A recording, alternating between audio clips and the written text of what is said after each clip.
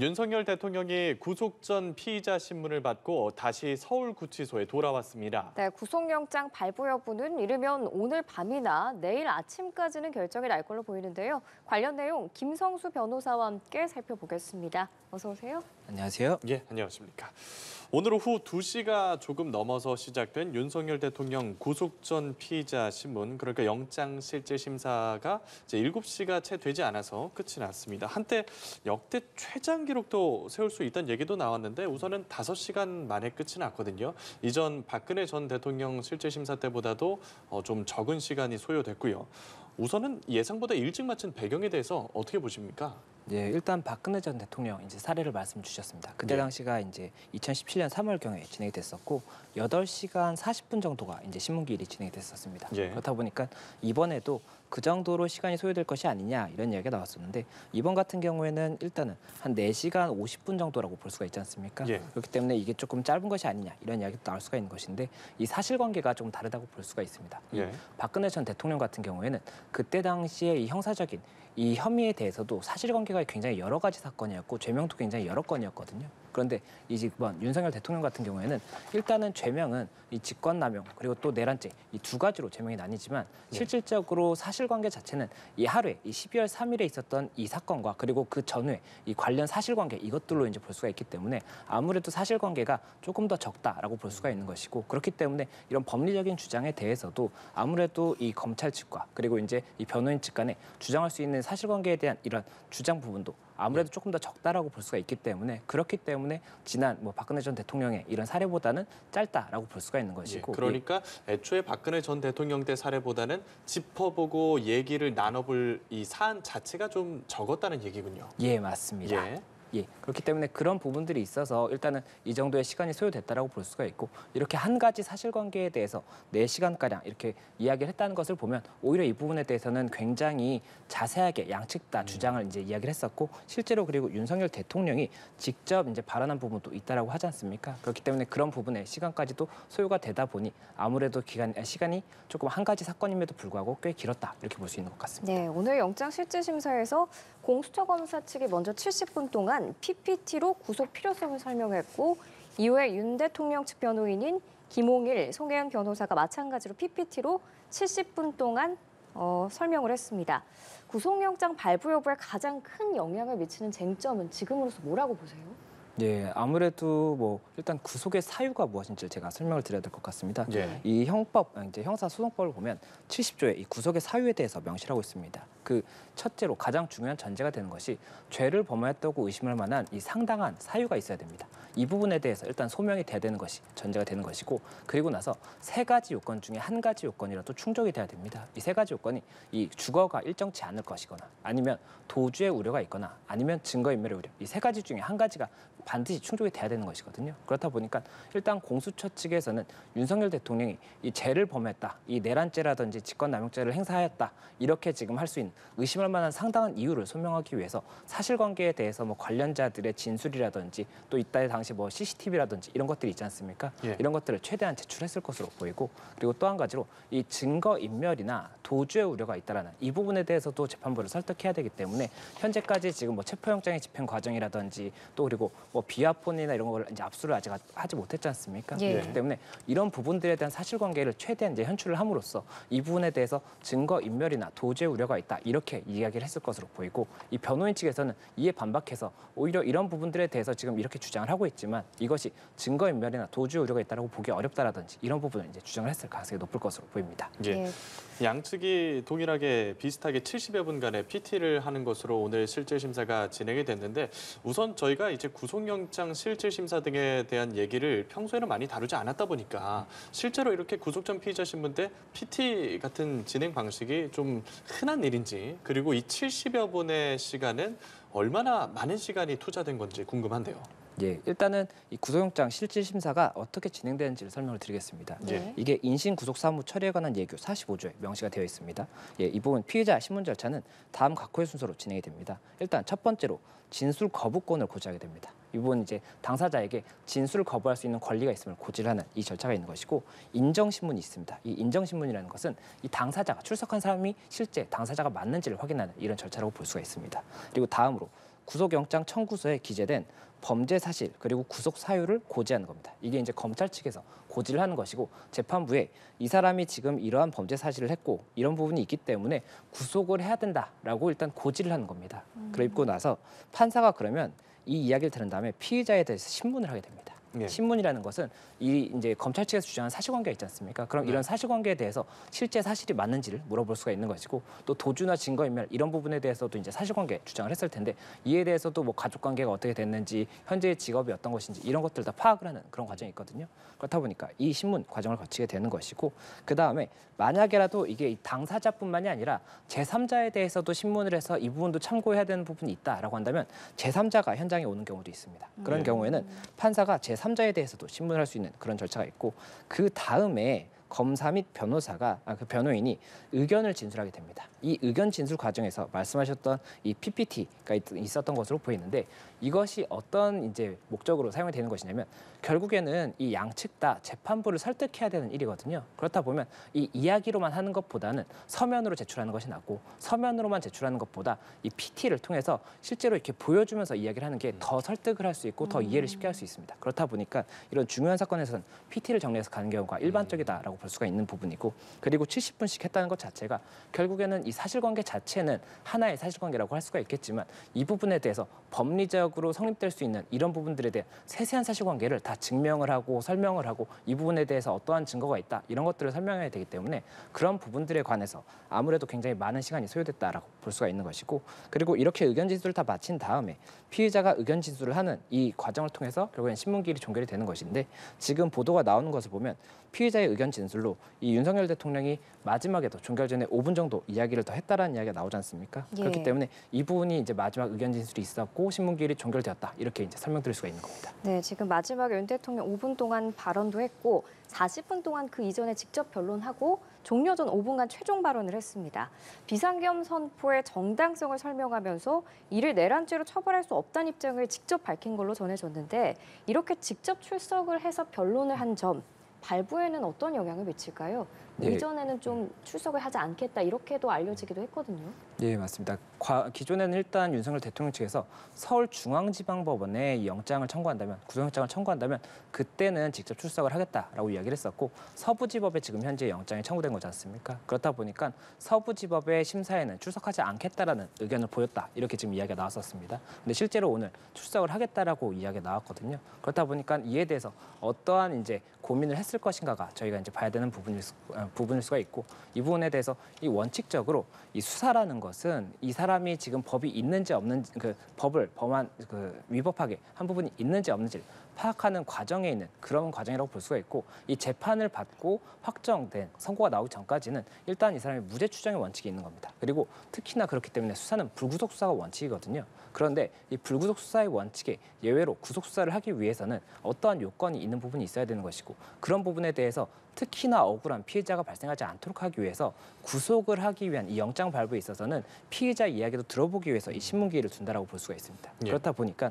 피해자가 신문 절차에 나와서 직접적으로 이야기를 하는 것이 본인의 방어권을 행사한다라고 볼 수 있는 부분이 있고 그리고 이런 상황에서 직접 출석을 하지 않는다라고 한다면 이 발부 여부를 결정해야 되는 이 판사 입장에서는 피해자가 어떠한 뭐 사실관계에 관해서 뭐 대답을 할 부분이 없다라고 볼 수가 있는 것도 있을 수가 있는 것이고 아니면 오히려 도주의 우려라든지 이런 부분에 있어서도 이 법원의 절차에도 나오지 않는다라고 한다면 굉장히 조금 안 좋은 선입견을 줄 수도 있습니다. 그렇다 네. 보니 그런 부분을 감안해서 아마 직접 출석한 것이 아닌가 생각이 되는 부분이 있고 또 윤석열 대통령 측에서는 지금 이 사실관계나 이런 부분들에 대해서 직접적으로 이야기를 해서 결국엔 이 정당성이나 이런 부분에 대해 재판부에 설명을 하려고 나왔다라고 이야기를 하고 있기 때문에 그런 부분들에 있어서도 실질적으로 당사자가 나와서 설명을 하는 것이 이 대리인, 변호인들만 나와서 이야기를 하는 것보다 훨씬 더 설득력이 높을 수가 있기 때문에 그런 부분까지 감안한 것이 아닌가 생각이 듭니다. 그러니까 영장 실질 심사에 만약에 참석을 하지 않았다면 영장이 발부될 가능성이 더 높을 수도 있겠다 이렇게 봐도 되는 건가요? 예, 아무래도 그렇게 예상을 했지 않을까 싶습니다. 일단은 지금 체포영장까지가 이제 발부가 됐었고 지금 2차 체포영장도 발부가 됐었지 예. 않습니까? 그리고 체포적 부심 같은 경우에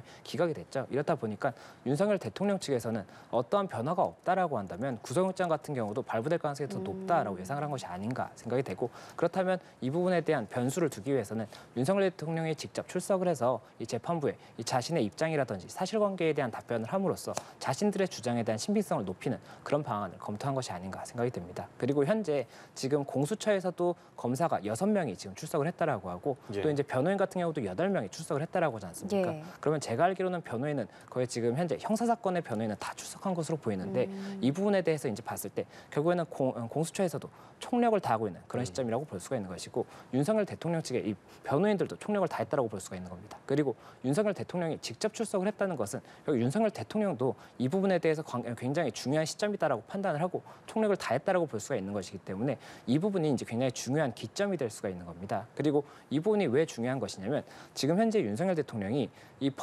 법원, 헌법재판소라든지 어떠한 재판소에서 이 법리적으로 나의 이 행위가 어떠한 부분이었고 사실관계가 이렇다 이런 것들을 구체적으로 답변한 적이 한 번도 없습니다. 그런데 오늘 이제 처음으로 구체적으로 이 부분 정리를 하고 진술했다라고 볼 수가 있는 것이기 때문에 이 부분에 대해서 앞으로도 계속해서 사실관계를 동일하게 가져갈 수밖에 없는 그런 부분이기 때문에 이에 대해서 어떻게 진술을 했었는지 이런 것들도 향후에 이 기각 여부, 그 발부나 기각 여부 이 부분과 관계없이 헌법재판소의 사건에서도 계속해서 중요한 쟁점이 될 수밖에 없기 때문에 이런 부분이 굉장히 오늘 중요한 기점이고 그렇다 보니 양측 다 총력을 다한 것이다 이렇게 보입니다. 예, 알겠습니다. 말씀해주신 양측 참여 인원들과 양측의 입장을 저희가 조금만 더 짚어보도록 하겠습니다. 우선 공수처에서는 6명의 검사, 주임 검사인 차정현 부장검사를 비롯해서 6명의 검사가 참여를 했는데 이 인물들의 성향도 좀 어떨지 들어보면 좋을 것 같고 이 검사분들이 어떤 얘기들 위주로 얘기를 했을까요? 아무래도 공수처에서는 지금 현재 성향이라고 보기에는 예. 결국은 이 사건에 대해서 봐야 됩니다. 이 사건 자체에 대해서 공수처는 일단은 검찰이기 때문에 예. 이 부분 이제 혐의가 있다라는 것을 전제로 하는 것이고 그것을 증명하기 위해서 이제 업무를 수행을 해야 되는 겁니다. 그렇다 보니까 일단 6명의 검사가 출석을 했다는 것 자체가 이 일단은 그 대표적으로 진술을 하는 검사가 있을 것이고 그리고 나머지 검사들이 출석한 이유는 아마 이 사건의 그 자료가 굉장히 방대하지 않습니까? 예. 지금 이 신청 청구서 자체도 150페이지라고 하는데 지금 뭐 검찰이라든지 또 그리고 뭐 경찰 이런 곳에서 수사했던 자료들만 해도 또 엄청나게 많을 것이기 때문에 이런 부분을 한 사람이 다 검토를 못했을 가능성이 높습니다. 그렇다면 실무자가 뭐 2명, 3명 정도가 검토를 했다라고 한다면 이렇게 그 분류된 배분이 되겠군요. 그렇죠. 분류된 부분에 대해서 배분된 부분에 대해서 만약이라도 이 A라는 이 자료에 있는 부분에 대해서 답변을 해야 된다라고 한다면 본인이 이제 직접 나서서 답변을 해야 될 수도 있는 겁니다. 그렇다 보니까 그렇게 다 출석을 한 것이 아닌가 생각이 되고 윤석열 대통령 측에서도 동일하게 이 8명 출석한 이유가 결국에는 이 검토를 하는 데 있어서 전부를 다 한 사람이 보지 못했기 때문에 그런 부분이 있지 않을까 하는 생각이 듭니다. 예. 그러면은 그 공수처 측, 검사 측에서 어떤 얘기들을 위주로 좀 얘기를 했을지도 얘기를 좀 부탁드리겠습니다. 예, 일단 공수처 측에서는 앞서 말씀드렸던 것처럼 구속의 사유가 인정이 되기 위해서는 이 범죄를 이제 하였다고 의심할 만한 사정을 소명을 해야 됩니다. 그렇기 때문에 이 의심할 만한 사정을 소명하기 위해서 굉장히 적극적으로 이 증거라든지 이런 것들을 제출했을 가능성이 높습니다. 그렇다 보니 이에 대해서 어떠한 증거가 있고 아니면 어떠한 진술이 있고 이런 부분이 이 부분에 대해서 이 혐의가 있다는 것을 의심할 만한 상당한 이유가 있는 부분이다. 이렇게 설명을 했을 가능성이 높고 그리고 또 하나가 도주라든지 증거인멸의 우려 이 2가지 중에 하나가 인정이 돼야 될 수가 있기 때문에 이 도주의 우려 같은 경우에 지금 현재 체포영장의 집행 과정에서의 이런 뭐 굉장히 많은 실랑이가 있었던 이런 부분이라든지 또 지금 현재 현직 대통령이기 때문에 추후에도 만약에 이 출석이라든지 이런 것들을 하지 않았을 때의 문제점 이런 것들도 이야기할 수가 있을 것으로 보이고 또 그리고 이 부분에 대해서 증거인멸 같은 경우에도 비화폰이라든지 지금 현재 뭐 텔레그램을 다시 가입한 이런 부분들에 대해서도 굉장히 의심할 만한 부분이 있다 이렇게 최대한 재판부를 설득하기 위해서 주장을 했을 것이기 때문에 그러한 주장들이 어디까지 있었을지가 이제 중요한 부분이 될 수가 있습니다. 그리고 또 하나가 공수처 측에서는 지금 현재 이 요건들 외에도 이 범죄의 중대성이라든지 재범의 위협성 이런 것도 이제 이 관련 법에서 이 검토할 때 참고해야 되는 부분을 이제 명시를 하고 있거든요. 그렇다 보니까 지금 현재 이 재범의 위험성이라든지 이 범죄가 얼마나 중대한지 이런 부분들에 대해서도 추가적으로 주장을 했지 않을까 생각이 듭니다. 공수처 측에서 6명의 검사가 참여를 했고 얘기를 했을 핵심 쟁점들에 대해서 지금 짚어주셨고요. 다음으로는 그러면은 윤석열 대통령 측 변호인단 얘기를 좀 해보겠습니다. 김홍일, 윤갑근, 송혜은, 석동현, 차기환, 배진한, 이동찬, 김계리 이렇게 8명의 변호사가 참석을 했고 윤석열 대통령 측 변호인단은 그럼 어떤 쟁점들을 주요하게 내세웠을까요? 예, 말씀드렸던 것처럼 이 쟁점 자체는 동일합니다. 쟁점 자체는 결국엔 범죄를 이제 범했다고 의심할 만한 상당한 이유가 없다라고 이제 변호인 측에서는 주장을 했을 겁니다. 왜냐하면 지금 현재 내란죄와 직권남용죄인데 윤석열 대통령 측에서는 계속해서 주장하는 것이 내란이 아니었다라는 겁니다. 계엄이었다. 헌법상의 적법한 계엄이었고 이 부분이 내란이 성립될 수 없다라고 주장을 하고 있기 때문에 이에 대해서 계엄을 이제 한 정당성, 계엄의 정당성이라든지 계엄의 절차를 뭐 요건을 미비하지 않았다 이런 부분들을 주장을 했을 것으로 보이고 또 이제 내란죄 같은 경우가 성립되기 위해서는 폭동이 있어야 되는 부분이 있고 또 국헌문란의 목적이 있어야 됩니다. 그런데 그 국헌문란의 목적이 없었다라는 것이 지금 탄핵 심판에서 이제 일관된 주장이거든요. 그렇다 보니까 이 국헌문란의 목적이 없었다. 그리고 사실관계에 대해서도 지금 현재 검찰에서 주장하는 사실관계 중에 뭐 국회의원에 대한 그런 부분들이 없었다라고 주장할 가능성이 높았기 때문에 그런 부분이 아무래도 여러 가지로 뭐 증거들을 통해서 주장을 했지 않을까 생각이 되고 또 이제 증거인멸이나 도주의 우려 같은 경우도 그 두 가지 중에 한 가지라도 인정이 되면 구속의 가능성이 높아지기 때문에 이런 부분들에 대해서도 증거인멸 같은 경우는 이 가장 중요한 증거들이 일단은 다 확보가 되어 있다고 한다면 인멸의 우려가 없다라고 볼 수도 있거든요. 그렇다 보니 굉장히 많은 이런 자료들을 통해서 증거가 다 확보가 돼 있기 때문에 뭐 더 이상 인멸의 증거가 없다라든지 또 그리고 도주의 우려 같은 경우에도 실제 지금 현재 직업 자체가 현직 대통령이지 않습니까? 그렇다면 이 도주의 우려를 감안할 때는 이 예규에서 현재의 직업이라든지 가족관계, 이 개인에 대한 이런 사정들을 많이 보게 되는데 이 직업상 현직 대통령에게 도주할 부분의 가능성은 낮다 이렇게 주장할 가능성이 있기 때문에 이런 부분들에 대해서 아마 공수처와 이 변호인 측이 굉장히 첨예하게 다퉜을 것으로 생각이 됩니다. 그 공수처의 구속영장 청구서에 윤 대통령은 전형적인 확신범이란 표현이 있던데 확신범은 여기서 어떤 의미로 해석을 할 수 있을까요? 네, 확신범이라는 것이 결국에는 내가 했던 행동 자체가 정당하다, 불법이 아니다라고 판단을 하고 있다는 그런 취지의 주장인 것으로 보이는데 그렇다라고 한다면 이 사람은 만약에 확신범이라고 한다면 이 사람은 확신했기 때문에 또다시 이런 불법을 자행할 수 있다 이렇게 주장했던 것이 아닌가 생각이 됩니다. 다만 이 확신범 같은 경우는 오히려 그 부분 법리적인 부분으로 들어갔을 때는 어떻게 해석할 수 있는 것인가 이것에 대한 쟁점이 될 수가 있기 때문에 이 부분 확신범이라는 것을 명시적으로 확신범이라는 단어를 사용한 것인지 아니면 확신을 하고 있다라는 그런 취지로 주장한 것인지를 봐야 될 것으로 보이고 이 확신범이라는 단어를 사용했을 때 이에 대해서 변호인 측에서는 또 어떻게 대응했을지 이것까지 저희가 봐야 됩니다. 예, 그러면 지금 시점에서 가장 궁금한 게 영장 발부 여부입니다. 어떻게 전망하세요? 영장 발부 여부에 대해서는 정말 가능성이 반반일 것 같고 그리고 현재 지금 진행을 사건 자체를 검토하고 있는 판사 분께서도 고민을 하고 있지 않을까 생각이 됩니다. 지금 현재 이 4시간 50분가량의 이 진술이 있었고 이에 대해서 지금 서면을 검토를 하고 있을 텐데 이 서면 검토 과정에서 지금 현재 신문 과정에서 나오지 않았던 사실관계나 이런 것들도 조금 더 꼼꼼하게 볼 수가 있을 것이고 그 과정을 통해서 이 부분이 뭐 전체적인 증거를 봤을 때 죄를 범하였다고 의심할 만한 상당한 이유가 있는지 이것을 이제 1차적으로 판단할 것이고 그 이후에 도주라든지 증거인멸 이 우려가 있다는 것에 대해서 공수처가 주장한 것이 더 설득력이 있는지 아니면 변호인 측이 주장한 것이 더 설득력이 있는지 이것을 고민을 하게 될 겁니다. 그렇다 보니 이에 대해서는 아직까지 결국에는 이 판단을 하고 있는 판사도 결론을 내리긴 어렵지 않았을까 이렇게 예상하고 있습니다. 예, 영장 발부 여부에 대한 질문을 드렸는데 판사 얘기를 하셨잖아요. 심사를 맡은 판사가 차은경 부장 판사입니다. 영장 전담이 아니라 주말 당직 판사로 알려졌고요. 앞서 윤석열 대통령의 체포영장을 내준 2명의 영장 전담 판사와 다른 판사가 이번 구속영장 발부 여부를 심리하는 겁니다. 워낙에 이제 많은 분께서 관심을 갖다 보니까 혹시 이런 판사 배정도 구속영장 발부 여부에 영향을 좀 줄 수 있는 거 아닌가 하는 질문이 있거든요.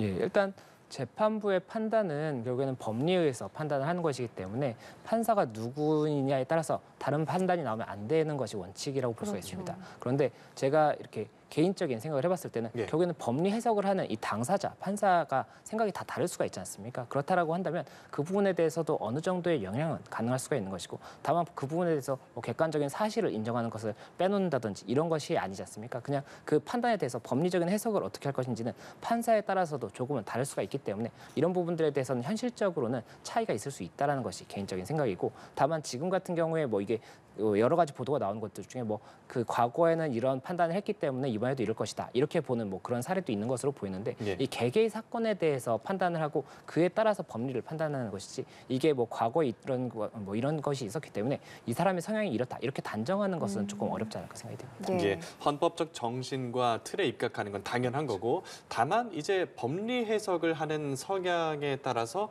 결정 여부는 좀 달라질 수 있다 이런 말씀을 해주셨는데 이 구속영장 청구, 구속영장 발부 요건이 크게 두 가지가 제기되지 않습니까? 도주 우려 그리고 증거인멸의 우려인데 그러면 이 도주할 것 같다 혹은 증거인멸을 할 것 같다 이 부분에 대한 생각도 어느 정도는 영향을 좀 미치겠네요. 얼마나 예, 엄격하게 그 부분을 짚는지요. 네, 맞습니다. 말씀드렸던 것처럼 결국에 영장 발부에 있어서는 그 도주우려라든지 아니면 증거인멸 우려 이 부분에 대해서 어떻게 판단하는 것이냐 이것이 이제 개인적인 성향에 따라서 다를 수가 있지 않습니까? 예. 누군가는 엄격하게 판단할 수가 있는 것이고 누군가는 이것을 조금 더 덜 엄격하게 판단할 수도 있겠죠. 그렇다 보니 이런 것들이 있고 다만 이 예규가 있습니다. 이 인신 구속 사무 처리에 관한 예규가 있고 예. 48조를 보면 증거를 인멸할 염려 이 부분에 관해서 요소를 명시를 하고 있습니다. 이 요소가 인멸의 대상이 되는 증거가 존재하는지 여부, 또 그 증거가 범죄 사실의 입증에 결정적으로 영향을 주는지 여부, 또 피의자 측에 의하여 그 증거를 인멸하는 것이 물리적, 사회적으로 가능한지 여부,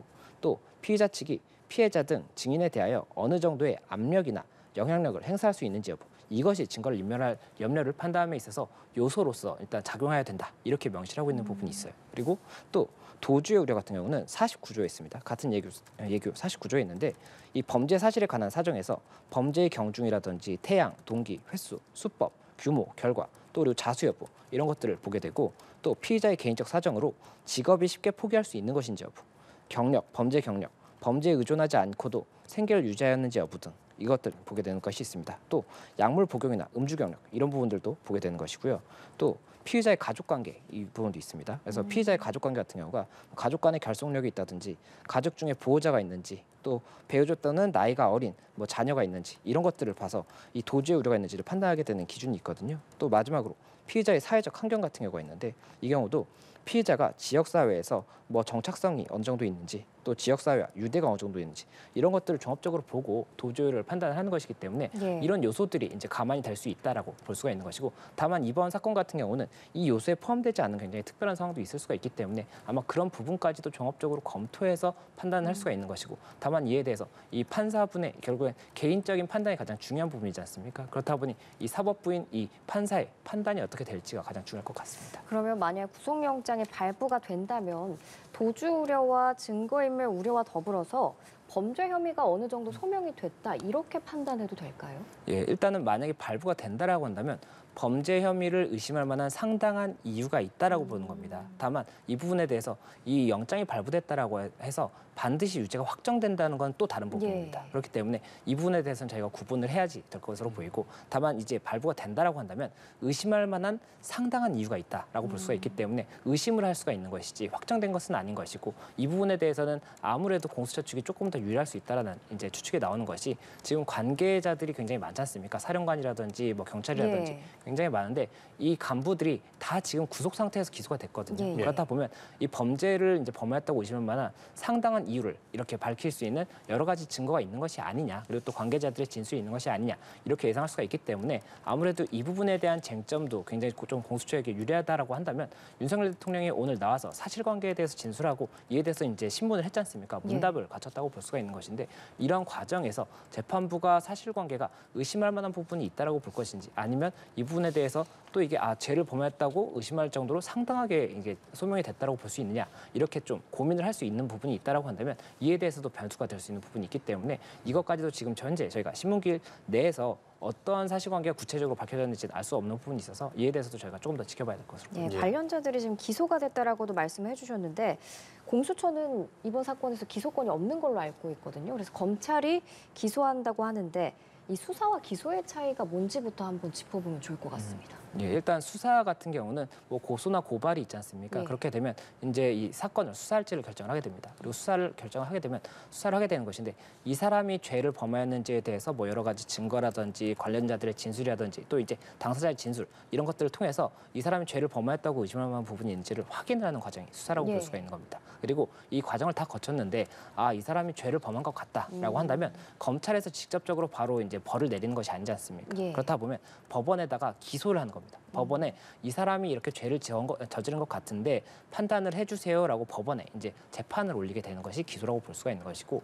기소를 하게 되면 재판을 통해서 1심, 2심, 3심 있지 않습니까? 예. 그리고 확정이 되면 결국에는 이 형 처벌이 된다라고 볼 수가 있는 것인데 그 부분에 대해서 일단 이런 절차가 있는 것이고 기소에 대해서 지금 공수처가 이야기가 나오는 것이 검찰에 일단은 기소권이 있는 것이 맞습니다. 기소권이 있는 것인데 지금 현재 이 검경 수사권 조정이라든지 또 이제 공수처가 출범하고 이런 과정에서 이 부분이 굉장히 많이 조정이 됐어요. 예. 예. 그렇다 보니까는 지금 검찰에서 기소권을 가지고 있는 부분도 있고 공수처에서 기소권을 갖고 있는 부분도 있습니다. 이 공수처에서도 뭐 대법관이라든지 법관 이런 이제 당사자의 고위공직자 범죄에 대해서는 공수처에서 기소권을 갖게 되는 것이고, 다만 대통령에 대해서는 이 부분에 대해서는 검찰에서 기소권을 갖고 있는 것으로 볼 수밖에 없거든요. 그렇다 보니까 수사를 한다고 하더라도 공수처에서 수사를 하고 어느 시점에는 검찰로 다시 사건을 보내서 공소 제기를 위해서 검찰에서 또 이제 준비할 시간이 필요하거든요. 공소장이라는 걸 만들어야 되기 때문에 예. 이 재판부에 그 공소를 이제 이렇게 죄를 범한 것 같습니다라고 공소장이라는 걸 작성해서 그것과 함께 증거를 보내기 때문에 공소장 작성을 위해서는 검찰에 다시 사건을 보내서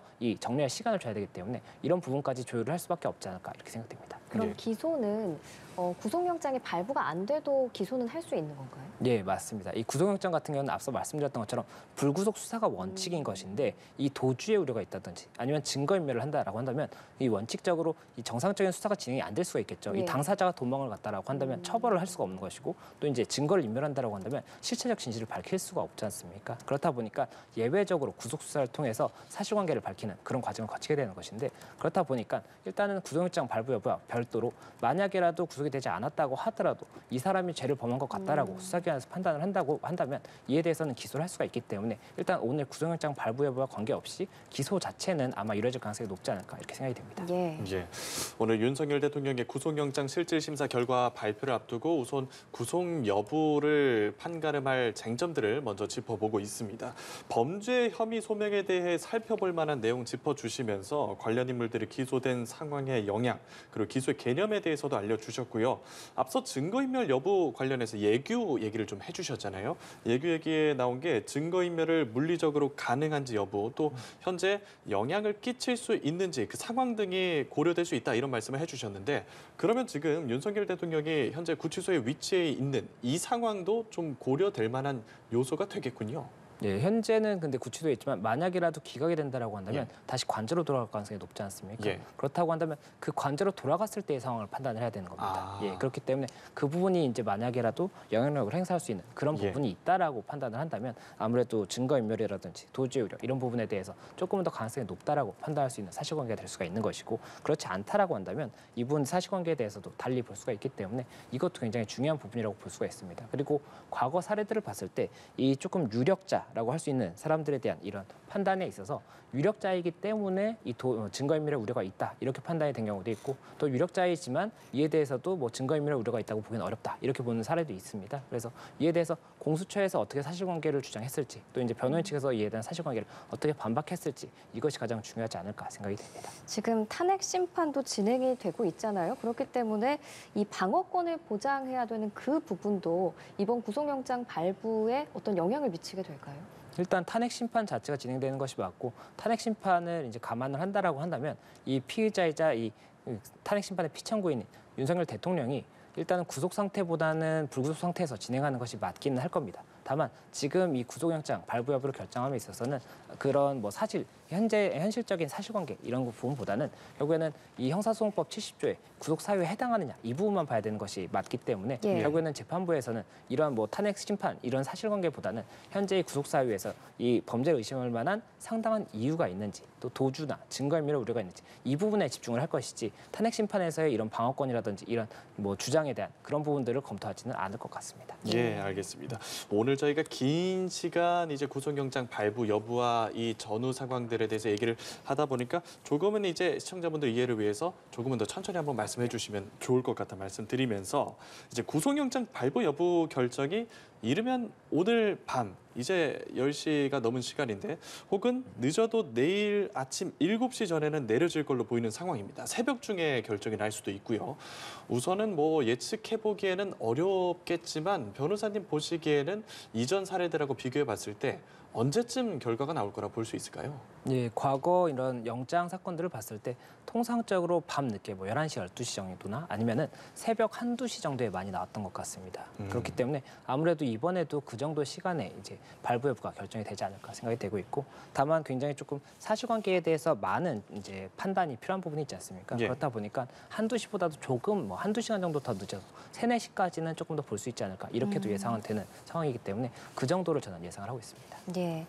윤 대통령이 이제 나흘간 머물렀던 구인 피의자 대기실에 지금 현재 머물면서 영장 심사 결과를 기다리고 있는데 이 심사 결과에 따라서 윤 대통령의 상황은 어떻게 달라지는지 한번 짚어보면 좋겠습니다. 예, 지금 현재는 윤석열 대통령이 지금 체포 상태이긴 하지만 일단은 구속영장이 발부가 된 피해자가 아니지 않습니까? 예. 그렇기 때문에 지금 현재는 대기실이 있습니다. 그 구치소 안에 대기실이 있는데 그 대기실에서 현재 이 판단을 기다리고 있는 상황이다. 이렇게 볼 수가 있는 것이고 만약에라도 발부가 된다라고 한다면 발부에 따라서 결국에는 구속이 되는 피해자가 되지 않습니까? 그렇기 때문에 정식적으로 입소 절차를 거치게 되고 현재는 지금 양복을 입고 대기를 하고 있다라고 네. 하는데 이제 만약 정식적으로 입소가 된다라고 한다면 그 수의를 입어야 되거든요. 그렇다 보니까 수의를 입는 이런 절차가 있을 것이고 또 입소에 필요한 여러 가지 절차가 있습니다. 그렇기 때문에 그러한 절차를 진행하는 상태를 통해서 결국에는 구속 상태의 피해자로서 이제 정식으로 변경이 되는 상황이 되게 되는 것이고 만약이라도 기각이 된다라고 한다면 석방을 즉시 해야 됩니다. 그렇게 된다라고 한다면 석방을 통해서 아무래도 관저로 돌아갈 가능성이 높기 때문에 그 부분에 따라서 어떻게 이 현재의 상황이 달라질 수 있는지를 봐야 될 것 같습니다. 예. 구속영장 발부 여부에 따라서 앞으로도 수사를 받을 텐데 이 수사 상황도 좀 달라질 것 같거든요.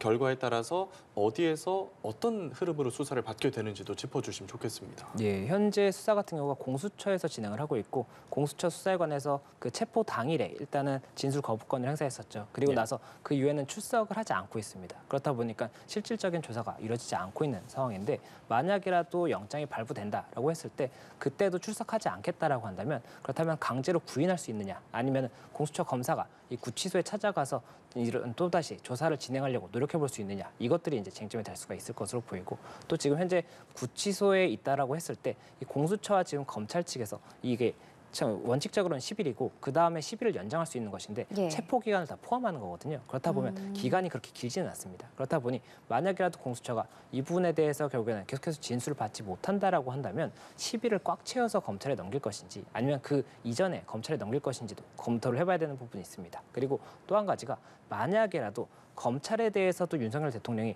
동일하게 수사권이 없다라고 주장할 수가 있습니다. 지금 현재 공수처가 수사권이 없다라고 주장하는 것 중에 하나가 공수처법의 이제 2조 범위를 보면 그에 대해서 일단 내란죄에 대한 부분은 직접적인 수사권이 없다라고 이제 볼 수가 있는 부분이 있거든요. 그렇다 보니까 직권남용에 대해서는 수사권이 있고 직권남용의 관련 범죄로 내란죄를 지금 공수처는 포함해서 수사를 진행하는 것인데 이에 대해서 윤석열 대통령은 반발을 하고 있는 거지 않습니까? 예. 그렇다 보니 이에 대한 이제 쟁점이 되는 것인데 검찰 같은 경우도 동일한 구조로 되어 있습니다. 검찰 같은 경우도 부패 범죄에 대해서 일단 수사권이 있는 것이 맞고 직권남용은 부패 범죄에 해당할 수가 있는데 내란죄 같은 경우는 검찰에서도 관련 범죄로밖에 수사할 수가 없는 부분이 있습니다. 그렇다 보면 이에 대해서 또 그때도 결국에는 이러한 수사권이 없다라고 대응을 했을 때 이에 대해서 어떻게 할지도 고민이 될 수가 있는 것이고 그렇다라고 한다면 경찰에 사건을 보내서 경찰 같은 경우는 수사권에 문제가 없거든요. 예. 경찰로 보냈다가 다시 검찰로 올려서 검찰에서 기소를 한 그런 부분까지도 검토는 해볼 수 있지 않을까 생각이 되는데 다만 현실적으로 가능성은 아마 높지는 않을 것으로 보입니다. 예. 그리고 또 하나 변수가 만약에 이런 과정에서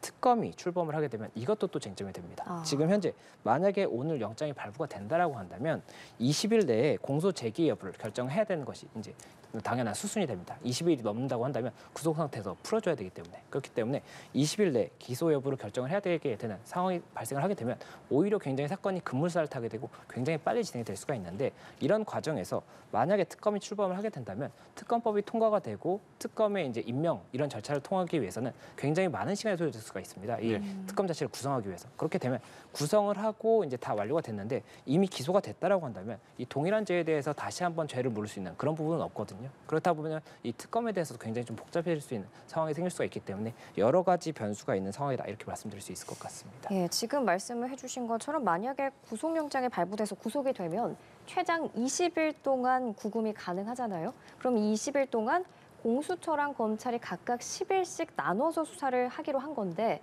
이 시청자분들께서 들으시기에 왜 두 기관이 나눠서 수사를 하게 되는지가 좀 궁금하실 것 같아서 다시 한번 쉽게 설명해 주시면 좋을 것 같습니다. 네, 지금 현재는 이 사건이 공수처로 이제 다 이첩이 돼 있습니다. 예. 그래서 예. 공수처에서 수사를 진행을 하고 있는 상태인데 공수처 같은 경우에는 이 공수처법상에 이 기소를 할 수 있는 그 법원에 재판을 해주세요라고 올릴 수 있는 이 기소가 제한이 돼 있습니다. 그래서 대통령 같은 경우에는 기소를 제기할 수 있는 그 부분이 공수처가 아니라 검찰에 있습니다. 예. 그렇다 보니 검찰에서 기소를 해야 되는 그런 부분이 있는데 기소를 하기 위해서는 그냥 바로 보내서 공소장을 이렇게 보내는 그런 것이 아니라 공소장을 작성을 하고 이에 대한 증거를 정리하는 이런 과정이 필요한데 검찰에서 이 부분을 정리하기 위해서는 굉장히 지금 기록이 많거든요. 예. 그 기록을 정리하는 시간이 물리적으로도 당연히 필요할 것이고 이것을 다시 또 이제 서면으로 정리를 하고 재판부에 보내야 되는 그런 부분이 있지 않습니까? 그렇다 보니까 시간이 필요한 부분이 있기 때문에 공수처에서 일단 10일 그리고 검찰에서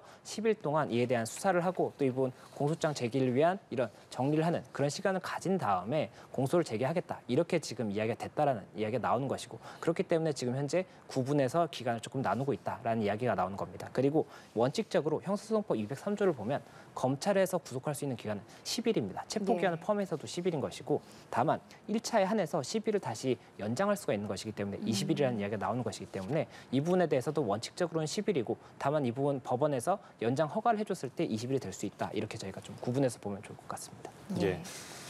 윤석열 대통령이 수사 진행 과정마다 이의 신청을 해오지 않았습니까? 만약에 구속영장이 발부가 됐을 때 구속적부심을 신청할 수도 있다라는 전망이 높게 나오는데 앞서 기각된 체포적부심과는 어떻게 다른지도 좀 짚어주시죠. 예, 일단 체포적부심 같은 경우가 이제 신청을 했었고 기각이 됐지 않습니까? 그리고 그 부분 관련해서 체포적부심은 실질적으로 많이 하는 경우가 없습니다. 왜냐하면 48시간 동안만 일단 체포가 돼 있는 상태이고 그 다음에 구속영장을 청구하게 되면 구속에 대해서 다투는 것이 일반적이거든요. 그렇다 보니 체포적부심에 대해서는 실익이 많이 없을 것이다라는 이야기가 있었고 이에 대해서 체포적부심을 청구하는 이유가 무엇이냐에 대한 굉장히 많은 추측이 있었습니다. 이에 대해서 주장의 일관성을 유지하기 위해서라든지 여러 가지 이제 예상이 가는 그런 부분이 있었는데 이 구속적부심 같은 경우는 체포적부심과는 다르게 조금 더 많이 조금 청구를 하고 이에 대한 다툼을 하는 이런 절차라고 볼 수가 있습니다. 이에 대해서는 구속적부심 결국에는 만약 구속이 됐을 때 이 구속이 적법하냐 아니면 부당하냐에 대해서 다시 한번 판단을 받아보는 것이고 이에 대해서 만약에 재판부가 기존의 재판부의 구속 결정 자체가 이 사유가 부족한 이런 부분이 있다든지 아니면 범죄를 범했다고 의심할 만한 이런 부분이 조금 부족한 부분이 있음에도 불구하고 구속을 했다라고 본다면 이에 대해서는 다시 부당하다라고 판단을 할 수가 있거든요. 그렇다 보니 구속적부심에 대해서는 새로운 쟁점이 되는 부분이 생길 수가 있는 것이고 또 구속적부심 같은 경우에 지금 현재 이 구속에 대해서는 이 판사 한 분이 판단을 하게 되는 것인데 구속적부심은 3명의 판사 이 합의부가 판단을 하게 되거든요. 그렇다 보니 그런 부분까지도 조금 더 다른 부분이 있을 수가 있어서 구속적부심도 아무래도 청구하지 않겠느냐 이런 예상이 나오는 것 같습니다. 그러면 변호사께서는 일을 하실 때 혹시 체포적부심이나 구속적부심을 진행한 적이 있으신가요? 저는 사실 그 두 가지 다 진행해 본 적이 없습니다. 왜냐하면 저는 개인적으로 이 부분에 대해서 구속이 됐다라고 한다면 이 부분 사실관계가 구속적부심으로 다시 한번 인정받기는 쉽지가 않기 때문에 현실적으로 이게 가능성이 높지 않다라고 판단해서 하지 않습니다. 다만 지금같이 이런 굉장히 중요한 사건 같은 경우에는 굉장히 많은 변수가 발생할 수가 있기 때문에 그렇다면 적부심을 검토해 볼 수가 있겠지만 일반적인 피의자나 피고인 같은 경우에는 예. 이런 적부심을 청구하는 것 자체가 결국에는 오히려 시간만 소요하는 그런 이제 절차가 될 수가 있기 때문에 이 부분에 대해서는 직접 진행을 하지 않는 경우가 많습니다.